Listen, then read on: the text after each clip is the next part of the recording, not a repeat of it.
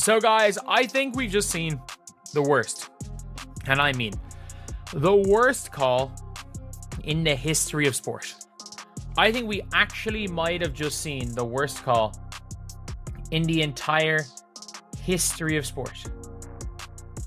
And like, this is a shock that it is actually not DJnai Carrington committing a flagrant foul. One of the WNBA's most contentious players at the moment is DJnai Carrington. And believe me, her narrative just became much more intriguing following the events of the July 26th Dallas Wings versus Golden State Valkyries game. In what may be the most ironic turn of the 2025 WNBA season, DJ has finally received a taste of her own medicine after creating headlines for all the wrong reasons. That call on DJnai when Tiffany literally flew over her, wild. And then if you saw Paige's face when it was like, I think like 55 seconds left on the clock or something like that, and the coach was like giving them the next play, bruh. Despite the fact that the WNBA's officiating problems have affected the whole league, Carrington has somehow escaped earning any genuinely ridiculous calls. All of that changed on July 26, when the story took a different turn, and she was finally hurt by the most perplexing officiating in the league. Does not look nor play like she's 35. Okay, she be bringing it to them girls each and every night. She got that, acting like that face harness, okay, like to protect her face, her eyes, her nose, whatever that is. She be look like a dominatrix to me. I'd be like, bro, who is that? She looks like, it's giving Scarecrow, or like a Black Raven vibe, okay, like a hawk. Like she looks like a bird of prey, okay? And that's how she plays. She plays like a bird of prey, while the other girls on the court are just worms to her, okay? They are bird food, because she be cooking and eating everybody. Subscribe if you're enjoying it. Janelle Saloun's deep three missed with less than 2 minutes remaining, causing a scramble with Dallas behind by 3 points. After attempting to grab the rebound, Carrington sensibly withdrew, allowing the ball to roll out and giving Dallas possession. An astute heads up. Then there was mayhem. Both players crashed to the ground as Tiffany Hayes, running at full speed, smashed violently from behind into the now stationary Carrington. It appeared to be a foul on Hayes by any measure. She was obviously out of control as she made the initial contact. So the ball gets swung, Janelle Salon shoots the ball. It's coming out, it's coming out, it's coming out. So, DJnai Carrington is just shielding the ball out of bounds. She's just shielding the ball out of bounds, as you do. And Tiffany Hayes tackles her to the ground. Throws her to the floor. Even seasoned WNBA watchers were taken aback when the refs, for whatever reason, called Carrington's foul. I'll say it again because it's so absurd that it needs to be spoken. Tiffany Hayes collided with a stopped DJ at full speed. The officials somehow determined that Carrington was the one who committed the fall when he knocked her to the ground. Even those who couldn't stand Carrington were acknowledging that the officials made a poor decision since it was so blatantly incorrect. And was able to draw a foul. I'm like, what is this? I mean, she almost deleted freaking DJnai. I thought I was really gravely concerned for DJnai Carrington's life in health. I'm like, did y'all not just see Tiffany Hayes just throw her body up against her and slam her to the ground? This is crazy. Literally slammed her. DJnai Carrington got pushed into a freaking old white man's lap because of Tiffany Hayes jumping on her like she ain't got no sense. This is the point at which the karma element fully emerges and the story becomes extremely intriguing. A call this poor would have instantly infuriated WNBA fans under normal circumstances. Such a blatant officiating error would have infuriated players, experts, and bystanders alike. There would have been an abundance of social media posts expressing sympathy for the player who was messed over, as well as condemnation of the officials. However, this wasn't your typical situation, and DJnai Carrington isn't your typical athlete.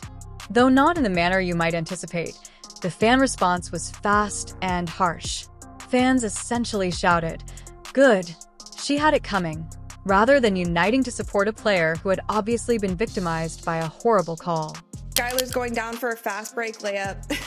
DJnai winds up and smacks her across the head, and Skylar is on the ground having a hard time getting up. But this was something where people are saying, okay, DJnai, this is happening a little bit too much for my liking. These hard fouls, these reckless plays are happening a little bit too much, and I want to show you guys one more play that was also in that game that actually injured Gabby Williams. Now, if you watch here, Gabby Williams is going up for a little mid-range jumper. DJnai jumps to try to block her, and she comes down to where Gabby Williams doesn't have enough landing space. So she lands in her landing space, and then Gabby Williams rolls her ankle. On social media, the sentiment was clear.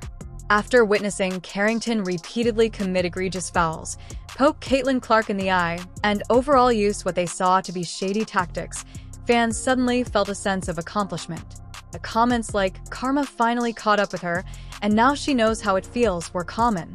Because of how consistent the response was, it became a narrative unto itself. Due to her own prior behavior, the basketball world had virtually no sympathy for this athlete who had been victimized by officiating. It was a prime illustration of how public opinion may be influenced by one's reputation and prior actions, even in cases where an individual has been the victim of blatant injustice.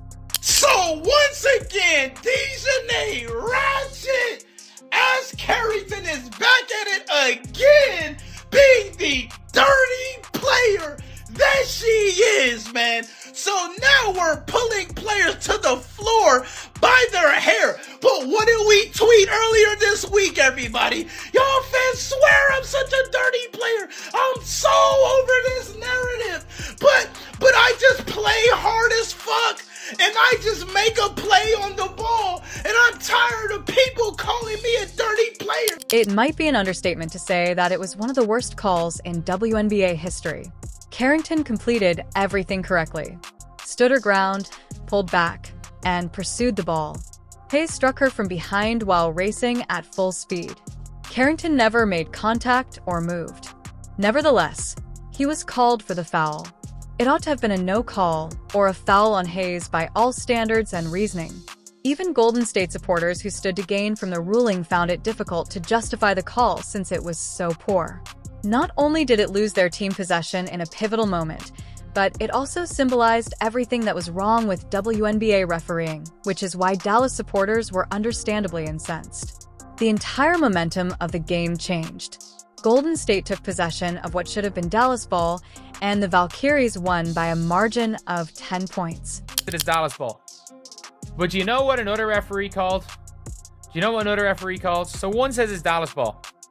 Another referee, as you can see right here,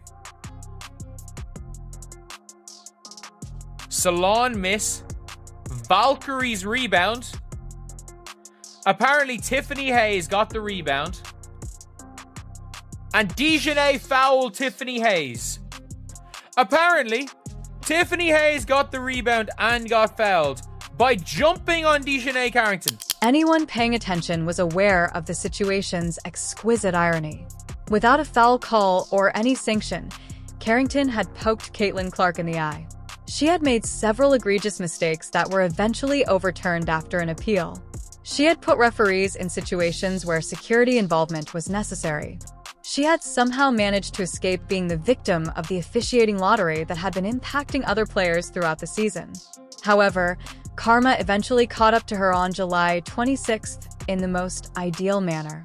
Additionally, the timing couldn't have been more ideal. In a season where Dallas was having trouble and needed every victory they could get, this occurred during a close game where every possession counted. The call directly cost the opposition points and resulted in a defeat that might later affect the playoffs. DJnai Carrington, damn, I didn't think it was this bad. She played for 15 minutes. It felt like it was longer. She had 4 points, 1 assist, and 4 rebounds. I'm gonna tell you why we should have won, okay? When it comes to the biggest lead, the Dallas Wings had 12-point lead. We blew a 12-point lead, whereas the Golden State Valkyries only by 2. They had 10 points over us at the most in this game. 12 versus 10 points. Generally speaking, a player can rely on at least some degree of popular support when they are screwed over by the referee. The call may be criticized by fans. Social media may rally around the wrong player, and commentators may dissect the play to highlight the official's errors. That didn't happen to DJnai Carrington. She caused this herself, but the overwhelming response was basically that it was awful to be her. It was the ideal illustration of how past deeds can influence present opinions, especially in cases where the victim of injustice is obviously the one affected. The league may have lost some credibility with its own fan base if supporters are more interested in watching a player be screwed over by poor refereeing than they are in condemning the officiating itself.